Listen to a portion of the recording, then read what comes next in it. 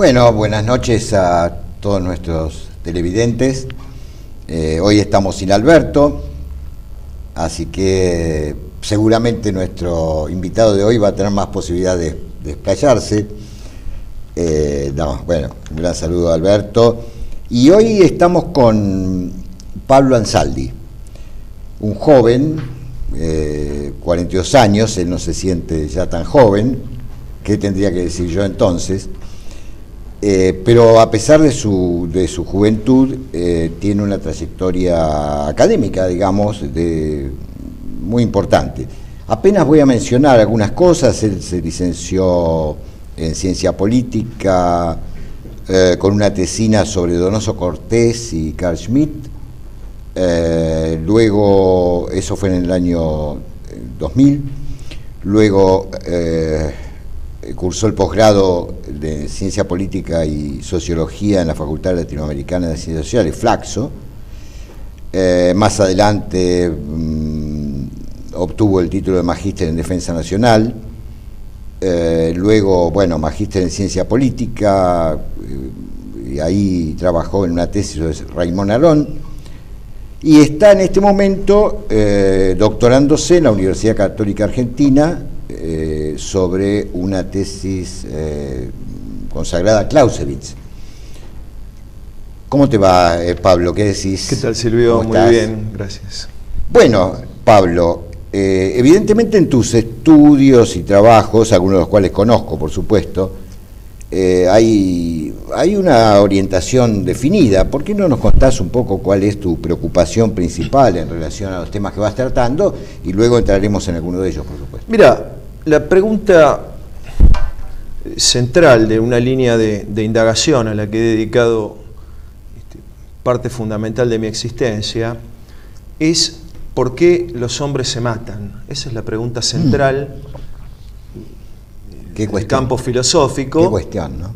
Que Clausewitz en alguna medida da importantes niveles de respuesta, y al mismo tiempo es una pregunta que ha dado lugar a un desarrollo muy fuerte en teoría política y en concepciones políticas. ¿Por qué? Porque la categoría de la lucha, que es central en el pensamiento de Clausewitz, es decir, el Zweikampf, el duelo entre dos, ha sido absolutamente importante en la configuración de los sistemas ideológicos y políticos del siglo XIX al siglo XX. A ver, ¿por qué no nos explicás un poco eso? Claro, Clausewitz sostiene que el elemento esencial de una guerra es el enfrentamiento entre dos unidades armadas.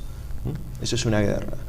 ¿Por qué se enfrentan? Se enfrentan por una serie de razones, de fines opuestos, y también de sinrazones. Eso es algo que en la teoría de Clausewitz está con un nivel de ambivalencia. Hay permanentemente un intento de hacer convivir una explicación racional y finalista, es decir, un encuadramiento político, a un conjunto de visiones que tiene Clausewitz, donde lo político no está nítidamente expresado como racionalidad, sino más bien están las pasiones, los odios, los sentimientos hostiles, etc. Vos dirías que en Clausewitz... Bueno, me quedé con la pregunta que te orienta, digamos, ¿no? ¿Por qué los hombres se matan? Qué gran cuestión, ¿no? Porque la verdad que vemos que a pesar de que cambian las épocas, las ideologías, las culturas, el fenómeno sigue ocurriendo. Es un fenómeno, digamos, ¿no? Es algo que está ahí, a ver quién lo explica, digamos, ¿no?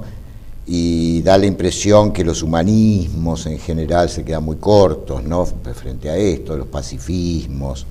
Pero bueno, digamos que lo que escucho yo como filósofo en lo que señalás es que habría una teoría quizá implícita, no sé si implícita o explícita, me parece que por lo que dijiste implícita, una teoría del sujeto, digamos, en Clausewitz. Hay una teoría de sujeto combinada con una teoría de la realidad, donde la realidad tiene mecanismos no controlables desde el sujeto. Por ejemplo, a ver. Clausewitz sostiene: la guerra es la continuación de la política por otros medios. Es la famosísima frase que se repite con variaciones 4 veces a lo largo de la obra principal de él. De la guerra. Que es de la guerra, ¿no? Exacto. Sí, la leí hace años. Exacto, de la guerra. Hay una traducción que se hizo aquí en la Argentina en los años 60, que es muy buena. Hay otra española y está la versión alemana, que es la original, digamos. Entonces, el problema es si la guerra es solamente enfrentamiento de fines contrapuestos o tiene mecanismos que funcionan por sí mismos. Y en Clausewitz, más allá de su finalismo teórico, también puede hacerse una lectura en orden a este mecanismo. ¿Este mecanismo cuál es? El mecanismo de ascenso a los extremos. ¿Qué significa el ascenso a los extremos? Significa que a un golpe sobreviene un contragolpe, en una escalada que puede no tener más término que el aniquilamiento recíproco. Entonces, ese es un mecanismo de lo real. Pero va inevitablemente va hacia un aniquilamiento recíproco. No. En Clausewitz, el concepto de guerra tiene variaciones, ¿no? Está el concepto de guerra absoluta, que sí va hacia el aniquilamiento recíproco, y luego lo que él denomina las guerras reales, que son básicamente dos especies de guerra. La guerra que termina en el aniquilamiento, en principio no recíproco, y la guerra que termina en una observación armada. El problema que hay, y es que Clausewitz tiene como pensador una dimensión profética. ¿Cuál es esa dimensión profética?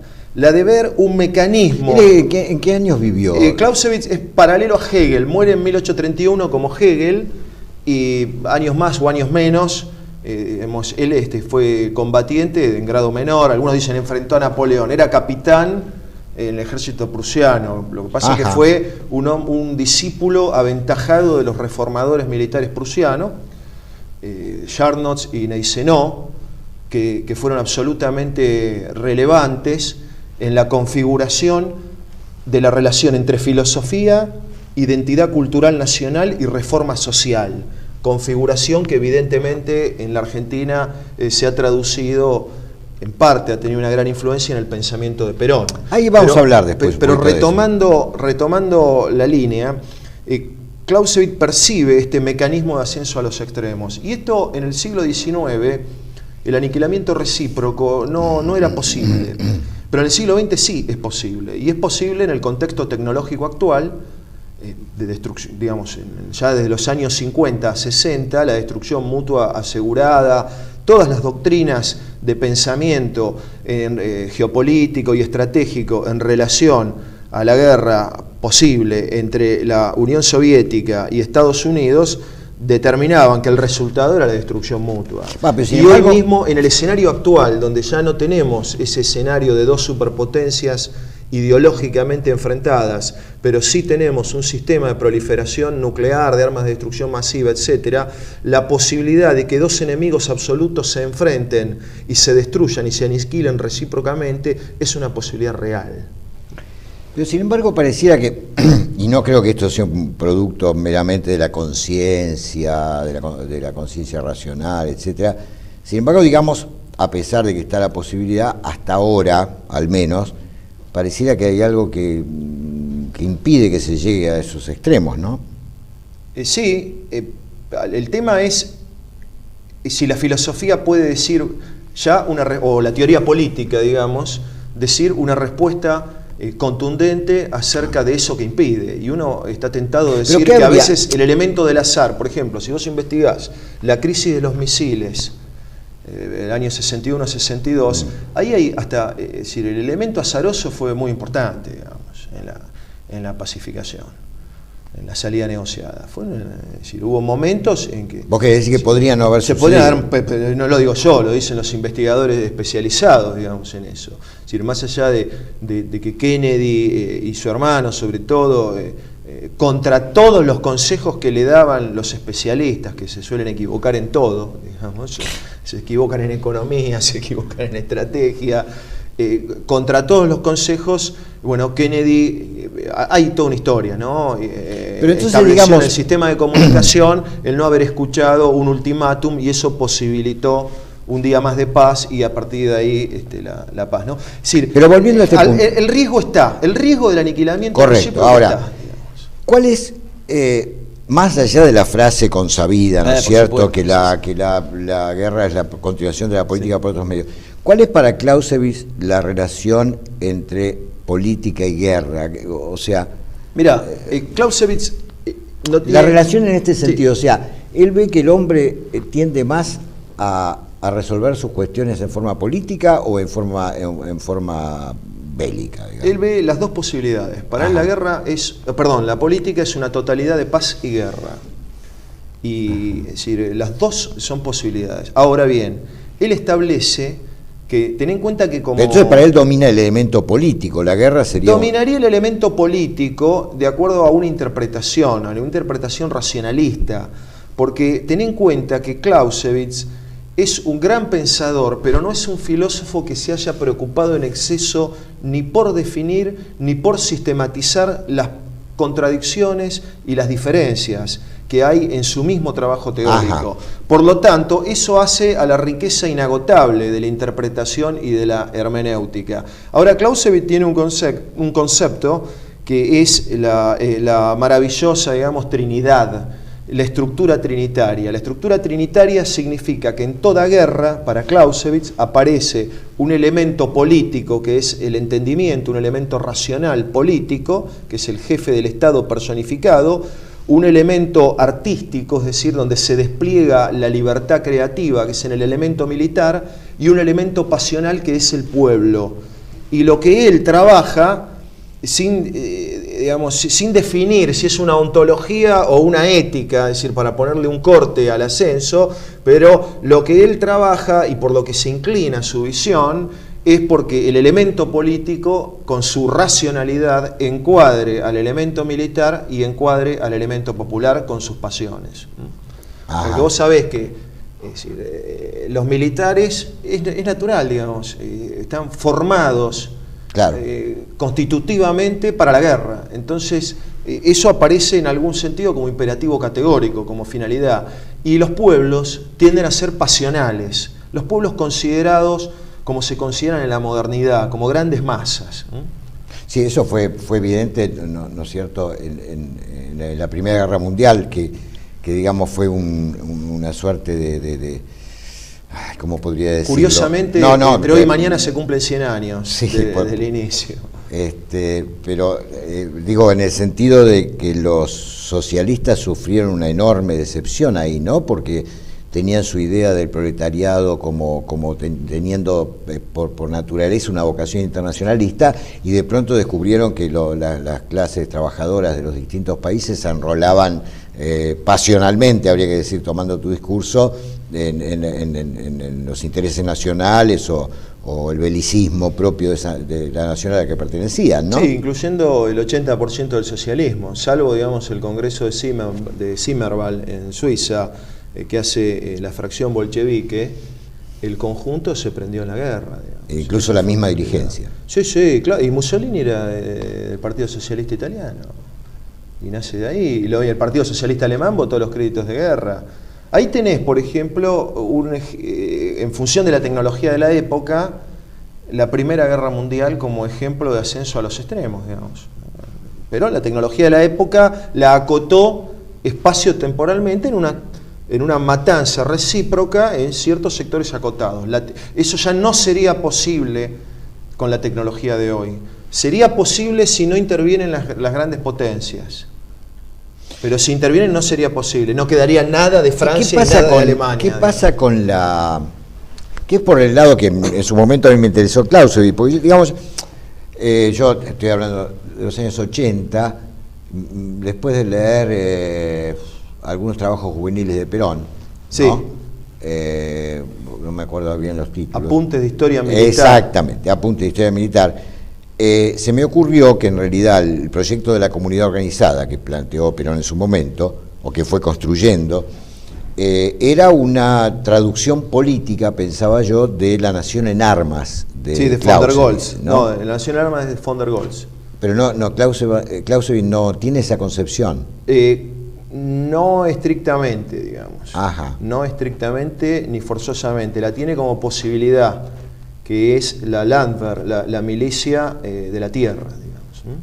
Ajá. Es una de las posibilidades en el libro sexto, que es el libro sobre la defensa, que es un libro absolutamente clave, en torno al cual es una de las... Creo, viste que en una tesis de doctorado a veces piden originalidad, digamos. Y yo, con toda modestia, hice una interpretación apoyado en Zubiri sobre ese libro. Porque ese libro lo que sostiene es la superioridad de la defensa es decir, del partisano, del hombre de la tierra, frente al invasor, frente a la ofensiva. Y está apoyado históricamente, en lo que ve Clausewitz, por un lado en España, en la resistencia impresionante contra Napoleón, y por otro lado en Rusia. Claro. Y eso, en términos estratégicos, se traduce como líneas interiores, líneas exteriores. ¿Por qué puede determinarse que alguien está operando en líneas exteriores, es decir, en el campo enemigo? ¿Por qué el invasor, y esto lo ves en la literatura prolífica que hay de combatientes, etcétera, percibe que está en territorio hostil, en territorio enemigo? Y eso tiene una explicación, creo que la explicación última se puede dar, digamos, con el trabajo de Zubiri, Espacio, Tiempo y Materia, y su teoría del espacio, digamos. El pueblo del lugar, es decir, el pueblo que está en su patria haciendo su guerra, tiene un dominio, una primacía en la línea de la respectividad del espacio, porque el espacio no es el espacio geométrico de la física, digamos, claro, sino que el espacio es un espacio estructurado en una serie de relaciones respectivas muy profundas que el invasor no maneja. Más aristotélico sería. Bueno, Aristóteles, Heidegger y Zubiri, un solo corazón. No, digo, espacio aristotélico, viste que para Aristóteles el espacio no es homogéneo, sino que claro, y la geopolítica está también cualificado, trabaja, ¿no? el espacio vivo, la geopolítica también lo ha trabajado, el espacio como espacio vivo, el organismo, si bien tuvo esa deriva, digamos. Ahora, entonces, vos pensás que un poco la relación que yo establecía entre Clausewitz y Perón no era del todo correcta por el hecho de que la noción de nación en armas no es tanto de Clausewitz en realidad, ¿no? Pero vos has escrito sobre Clausewitz y Perón. Sí, y claro. Eso, digo, es muy interesante todo lo que estás contando sobre Clausewitz, quizá un poco complicado para nuestros oyentes o televidentes. No para los tuyos que sos filósofo. No es para mí. No, lo es, sí, es complicado, pero digo... quizá nos acerca más si podés contarnos un poco qué relación ves con Perón, un hombre que por otra parte yo pienso que, no sé si era un pacifista, ¿no? Pero me parece que no era un hombre que pusiera tanto sus ojos en esa tendencia de los hombres a matarse unos a otros, que parece que está en Clausewitz, o por lo menos está en tu pregunta. En fin, no sé si es claro lo que te... Sí, es claro. ¿Qué relación ves ahí entre Perón y Clausewitz? Hay una relación muy profunda. A ver, Perón era... Porque además como argentinos eso nos interesa enormemente. Por supuesto, Perón era un intérprete, digamos, impresionante como teórico. Su libro Apuntes de Historia Militar es uno de los grandes libros de política. ¿Y te atreves a decir eso? Bueno, pero lo está diciendo un doctorando. Yo no... No, pero eso es decir... No, porque vos sabés la imagen que hay de Perón, como que era era un oportunista, un pragmatista, un populista, un demagogo, ¿no? Digo, bueno, esa es la imagen que tiene, qué sé yo, los enemigos de Perón. No necesariamente, muchos peronistas tienen esa misma imagen. Habrá que revisar en qué medida son peronistas, si son por accidente, por esencia, por existencia, bueno... el tema es que Apuntes de Historia Militar es un libro impresionante, la influencia de Clausewitz sobre Perón es muy fuerte en ese sentido. Ajá. Está clarísimo que en el nacimiento yo diría de la Argentina también en gran medida, y del peronismo, el ejército como nervio central del país ha sido muy importante, para bien y para mal, digamos. La parte buena, evidentemente, es la del general Perón. Y Clausewitz es, con los reformadores militares de los que antes hablaba, el que conjuga, como decíamos, filosofía, identidad nacional, ejército y reforma social. Ahora bien, obviamente la reforma... ¿Podés repetir eso? Sí, filosofía, sobre todo Fichte. Clausewitz, ¿no? Claro, elementos de Fichte, de Kant. No pidas en Clausewitz el gran filósofo profesional o el gran ontólogo. Claro. Filosofía, ejército, armas, identidad nacional, discursos en la nación alemana, Fichte, Pestalozzi, y reforma social. Esos son los reformadores militares. Es decir, estos elementos van a llegar al peronismo y llegan a Perón, digamos, al pensamiento de Perón. Al Perón joven ya, digamos. El Perón joven es el Perón donde está el arjé, el principio de lo que va a ser después. Como dice Aristóteles en el libro primero de la Ética, en el principio está la mitad de todas las cosas, digamos. Y Perón se encuentra con la necesidad de una profunda reforma social para fortalecer al ejército y para fortalecer a la nación. Vamos y eso a hacer está en la base del pensamiento de Perón. Vamos a hacer un pequeño corte y continuaremos con esto. Pero además te quiero preguntar por otros pensadores que vos has explorado, particularmente por Donoso Cortés, que para mí es un enigma que lo estudies. Bueno, cómo no.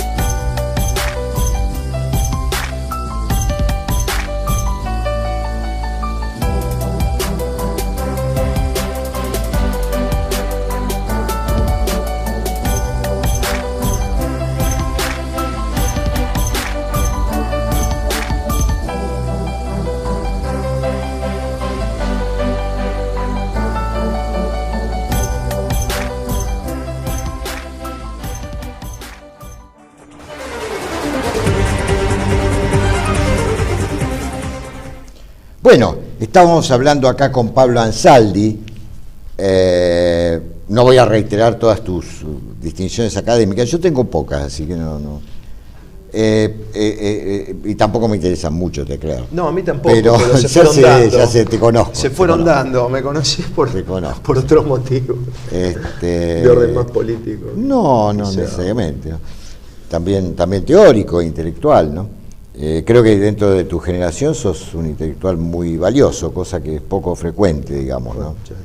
Sobre todo quizás porque no andes todo el tiempo con el teléfono celular.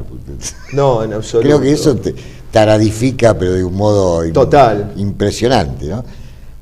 Bueno, pero dejemos eso. No, estábamos hablando un poco de la relación de Clausewitz, que vos encontrabas, de Clausewitz con Perón, digamos, lo cual es importante también porque, reitero, que hay muchos no necesariamente antiperonistas, sino peronistas. Lamentablemente en nuestro país todavía esa cuestión de peronismo, antiperonismo, a veces sigue siendo planteada de un modo salvaje, ridículo, ¿no? Pero digo, muchos peronistas piensan que Perón era un viejo vivo, que lo era también, ¿no? Ese Perón que guiña el ojo, que hace siempre un chiste o recurre a un proverbio popular o a alguna cosa por el estilo, digo. Pero poca gente tiene en claro, yo en esto comparto con vos, que Perón era un hombre de una formación teórica importante, digamos, ¿no? Bueno, volvamos un poquito, pero muy, muy sintéticamente a esa relación, a qué toma Perón de Clausewitz, digamos, bueno, en una palabra. Perón toma, por supuesto, la necesidad de la conducción política del instrumento militar, que eso es un elemento central. Digamos. Conducción política del instrumento exacto, militar. Perón lo dice concretamente. Bueno, vos me decías que Clausewitz también plantea esa cuestión, por supuesto, ¿no? Clausewitz plantea eso. Aunque obviamente un libro que tiene una dimensión exploratoria importante, a veces eso se le escapa a Clausewitz. Y ahí plantea este otro dilema de un mecanismo de ascenso a los extremos enloquecido. Claro, bien, que excede la racionalidad. La conducción y la racionalidad. Vos acabás de marcar el tema del celular. Vos imaginate que la técnica, como ya Heidegger y lo plantea, maneja el mundo. Imagínate si los decisores actuales de la política mundial están enloquecidos como están quizá parte de nuestra generación.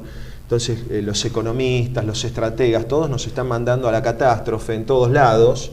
De hecho está ocurriendo así en el norte de África, en Medio Oriente, en la economía mundial, porque ya carecen de fundamentos y de racionalidad, están enancados sobre un modo de pensar que es un no pensar, que es la manipulación técnica de ellos en principio y de sus mentes por el dispositivo técnico. Entonces, bueno, pero eso nos daría para otro programa, daría ¿no? para otra discusión. Tenemos que hacer un programa sobre la técnica, con todo la gusto, tecnología. pero Perón, digamos, en el año, para dar un ejemplo concreto, el presidente Farrell, el 17 de octubre, le ofrece la presidencia. Digamos, el 17 de octubre, o en esos días se habló directamente. Sí, y Perón dijo, yo no voy a ser el mascarón de proa de un grupito de coroneles. Dice, a mí me va a elegir el pueblo. Es decir, él siempre planteó la conducción política. Y en el año 55, el instrumento militar, Perón lo controlaba y decidió no ascender a los extremos. Ahí ya hay algo de Clausewitz. Lo que muchos consideran, que también lo consideran así en el caso de Juan Manuel de Rosas, e incluso de Irigoyen, muchos consideran una huida cobarde, ¿no es cierto? Una huida cobarde. A ver. No, te digo porque esto circula, ¿no? Mira, pero vos, no, es muy interesante lo que vos planteás en el sentido de que es una visión lúcida de impedir el ascenso a los extremos, lo cual, el cual ascenso, en el caso de una guerra civil, yo supongo que es aniquilante para un pueblo. Recordemos la guerra civil española, sin ir más lejos. Muy fuerte. Lo de cobarde, eso es... No tiene ni qué discutirse, porque no estamos hablando de la valentía física. ¿Vos pensás que los fenómenos políticos pueden ser... Estamos hablando de cuestión política. Por eso digo, como este también es un programa de metapolítica, ¿vos pensás que los fenómenos políticos se pueden juzgar psicológicamente? No. No, para nada. ¿Tienen una lógica propia? Sí. Se pueden...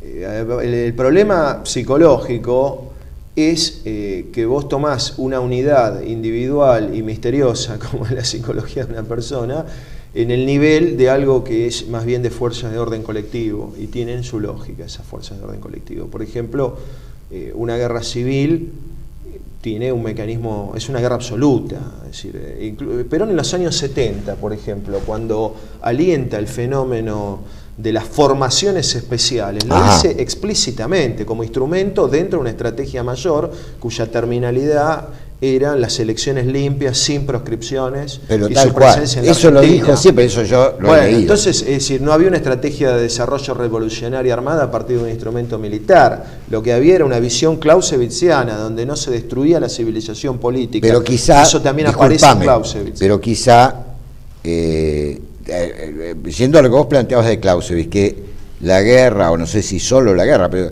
desencadena factores que no están bajo el control racional de los contendientes, digamos, quizás se podría interpretar desde ese punto de vista lo que pasó finalmente con las organizaciones guerrilleras o las formaciones especiales, con Jorge de Perón, como que ahí actuaron ciertos factores irracionales que ya fueron más allá de cualquier cálculo político o conducción política, ¿no? Sí, ahí... Porque convengamos que Perón finalmente tampoco pudo contener ese fenómeno. No, es decir, Perón, hubo un elemento relativamente imponderable que duró 6 meses en el poder, digamos. No pudo combatirlo como él hubiera querido, digamos, encuadrando a lo fundamental de la base en el peronismo y quitando a una élite en el sentido de Pareto, no porque eran superiores intelectualmente, sino por un núcleo con una aptitud lo que él militante. siempre buscaba, ¿no? Aislar a Claro, de hecho lo logró.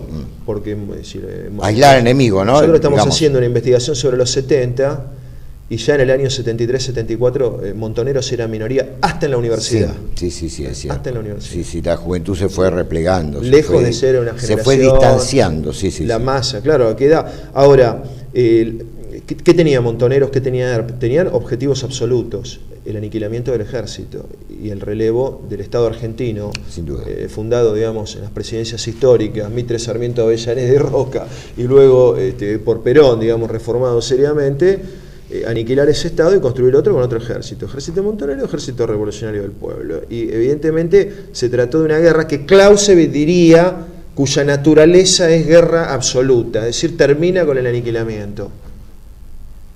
Vos decís eso como claro, como es impulso, un elemento central. Como impulso que regía a los montoneros y el ERP. No, como impulso no, como condición necesaria para o ganaba Montoneros y ERP aniquilando al ejército argentino, o ganaba el ejército, como los hizo Trizas, aniquilando a Montoneros y ERP. Y eso Perón lo dice. Bueno, indudablemente, no Pablo, tu pensamiento es un pensamiento muy duro, muy a contramano de cierto humanismo todavía vigente, ¿no? Lo que pasa es que el humanismo es tan impotente frente a estas realidades, ¿no? Yo la crítica más fuerte que le hago al humanismo, sobre todo al humanismo de origen europeo, liberal, digamos, moderno, ¿no? es su impotencia, que a veces, frente a la realidad de que vivimos, que a veces me parece que es una hipocresía o que es cinismo, digamos, ¿no? Cierto pacifismo. Por ejemplo, ahora con el conflicto que tenemos hoy una vez más entre Palestina e Israel, digamos.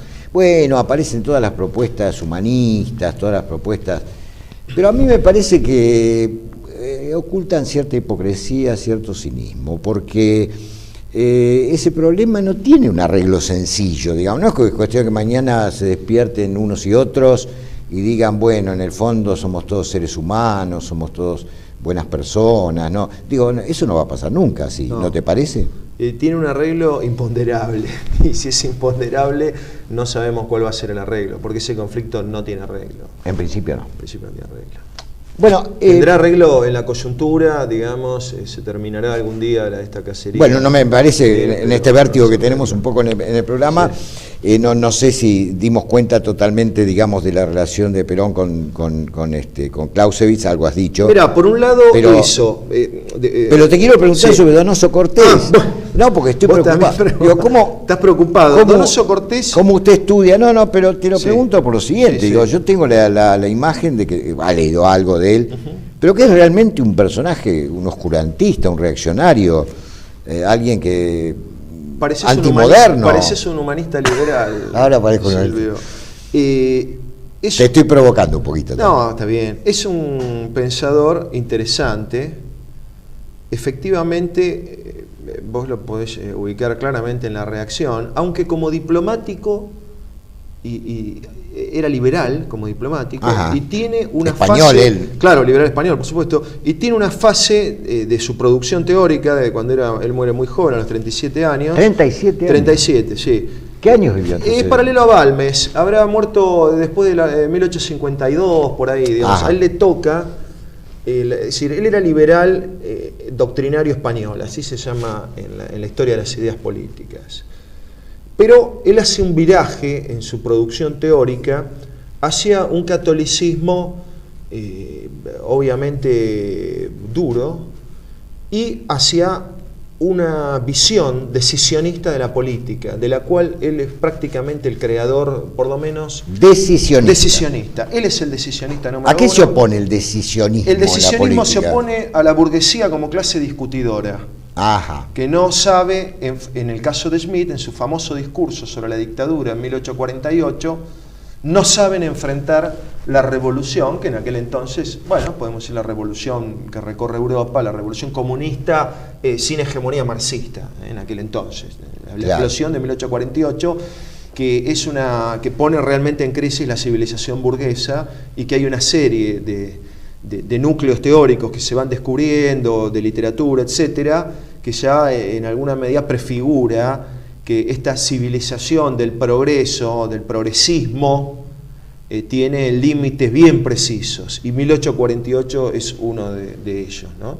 Quizá el primero, porque es una revolución que se hace contra sistemas, contra monarquías parlamentarias, en fin. Claro. Entonces, es el que vaya a discutir al progresismo... Porque después de Napoleón la monarquía absoluta no se puede reinstalar, digamos, sí, ¿no? Se restaura la monarquía como régimen político. Lo que no se puede es reformar la estructura de la sociedad civil creada por Napoleón. Eso no se puede reformar. Porque vos no podés volver al feudalismo, digamos, claro, en las relaciones de la sociedad civil, que es lo más importante bueno, pero para entonces, los pueblos, volvamos al tema del decisionismo, Donoso Cortés y el decisionismo. Decisionismo político, burguesía, clase discutidora, y al mismo tiempo correlato entre los conceptos teológicos y los conceptos políticos, teología política, algo que habrá de tomar Carl Schmitt. Que claro, evidentemente eso es un anticipo... Efectivamente. Claro, ¿no? ¿Pero qué es eso la teología política? O sea, ¿es la idea de que los conceptos políticos fundamentales son de tipo teológico? Tienen un origen y al mismo tiempo, en consecuencia, presentan una analogía con los conceptos teológicos. Por ejemplo, bueno, el poder, digamos. El poder teológicamente es Dios, el soberano. Pero no puede haber política sin teología.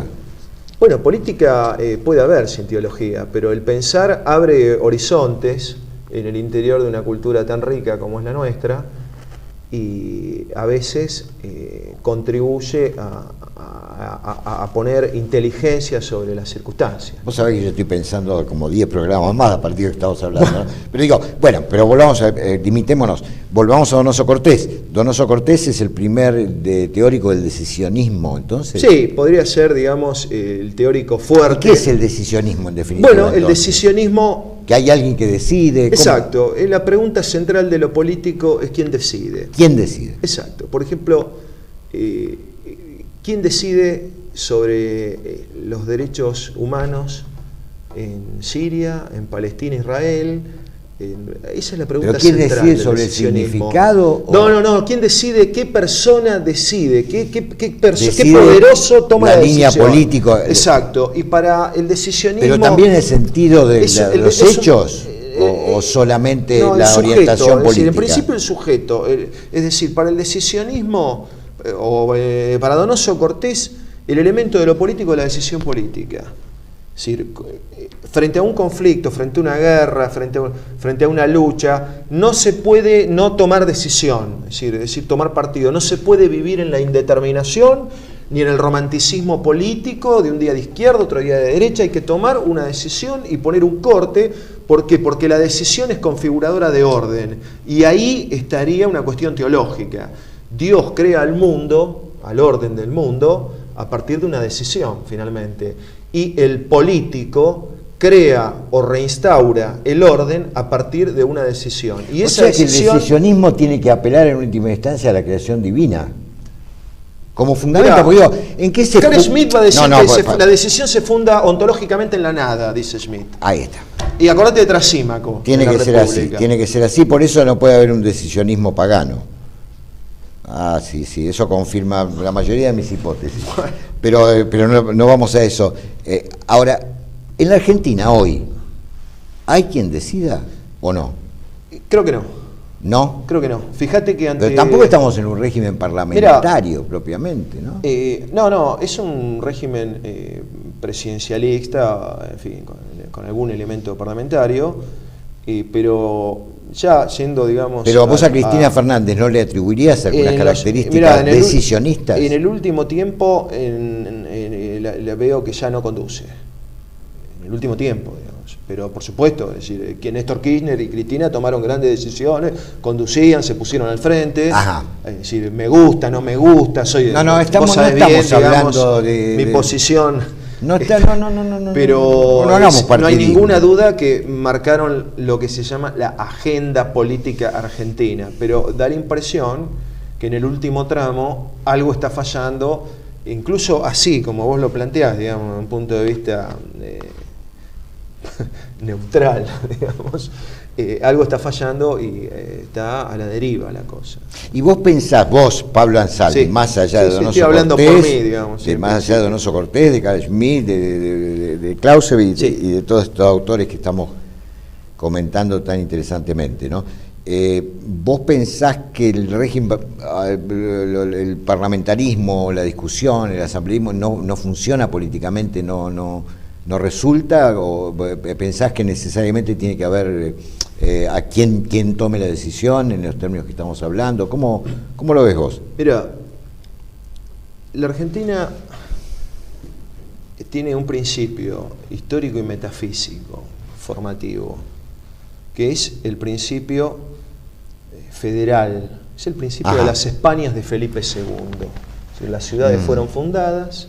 De ahí nace el federalismo. El federalismo no nace porque Artigas o Dorrego, los dos muy importantes, por cierto, leyeron el libro El Federalista de Hamilton, Madison y Jay. El federalismo nace como estructura ontológica de las Españas, que era el imperio de los tiempos de Felipe II. Sin duda. Ahora, eso tiene una serie de vectores claves que se van a dar en la Argentina. Uno de ellos es que la conducción política es un principio muy importante en nuestro modo de ser. Es decir, el poder no puede ser parlamentarista 100%. Tiene que haber un parlamento, como lo hay, pero estoy a favor del presidencialismo, y Alberdi tenía razón, digamos, que en nuestra cultura política, etcétera, en nuestra tradición, constitucional, pero pensar constitucional no solo como jurídico, sino constitucional en el sentido ontológico, histórico, ontológico. Constitucional más como lo piensa Carl Schmitt que con la constitución moderna escrita, ¿no? Exacto. O más como lo la piensa constitución Aristóteles, real, ¿no? frente a la formal. Como la piensa Aristóteles. Como lo piensa Aristóteles, exacto. Cuando Aristóteles tiene que contar, lo que nos queda es solo la Constitución de Atenas, pero tiene que contar, no nos pone una serie de artículos, exacto, uno tras del otro, sino que cuenta la historia de Atenas. Yo ¿no? creo que el sistema en sí mismo no es ni bueno ni malo, digamos. Necesita reformas, pero está bien, tiene que haber un parlamento y un poder presidencial fuerte, porque eso es constitutivo a nuestra fuerte historia. También porque por esto mismo que vos decís, por esta tendencia, bueno, digo, el federalismo llevaría implícita ciertas tendencias separatistas, ¿no? No necesariamente, No necesariamente. Sí ciertas tendencias. No, porque no entiendo cuál es la relación que estableces entre lo federal y la necesidad de un poder presidencial fuerte. No en el sentido de separatista, no, hablaba de lo federal porque además el soporte de lo federal efectivamente es un poder presidencial que sea representativo de todo el conjunto. Es decir, esa carga representativa de la nación argentina descansa en la figura del presidente de la nación. En ese sentido, lo decía. No pondrían en la Argentina hay amenazas, digamos, en orden a la separación, no lo veo así. Pero sí el poder es muy... Y además en la Argentina, como todos sabemos, en orden a... Uno puede seguir naufragando como país, viendo el deterioro de que maten y acostumbrarse a tantos problemas, pero también en la Argentina hay que tomar decisiones importantes y fuertes en relación a muchos temas. Sería parte... Bueno, yo creo que este es un buen final por hoy, digamos, ¿no? En la Argentina hay que tomar decisiones importantes y fuertes. Y creo que hay una gran verdad en eso, ¿no? Porque no podemos seguir así a los tumbos, a la deriva, sin proyecto estratégico, sin una palabra de orden. Y estoy hablando no de una palabra de orden en el sentido militarista vulgar, sino sencillamente una conducción política. Espero que les haya interesado el programa de hoy. No fue sencillo, me parece a mí, por lo menos no lo fue para mí, pero también es importante no solo por los temas y los autores que hemos transitado, sino por ver una vez más que hay jóvenes en Argentina. Dale con lo de jóvenes, y bueno, ¿qué querés que haga desde mi edad? Pero digo, jóvenes en Argentina. Donoso Cortés murió a los 35. Que están haciendo algo más interesante que consultar el celular. Buenas noches.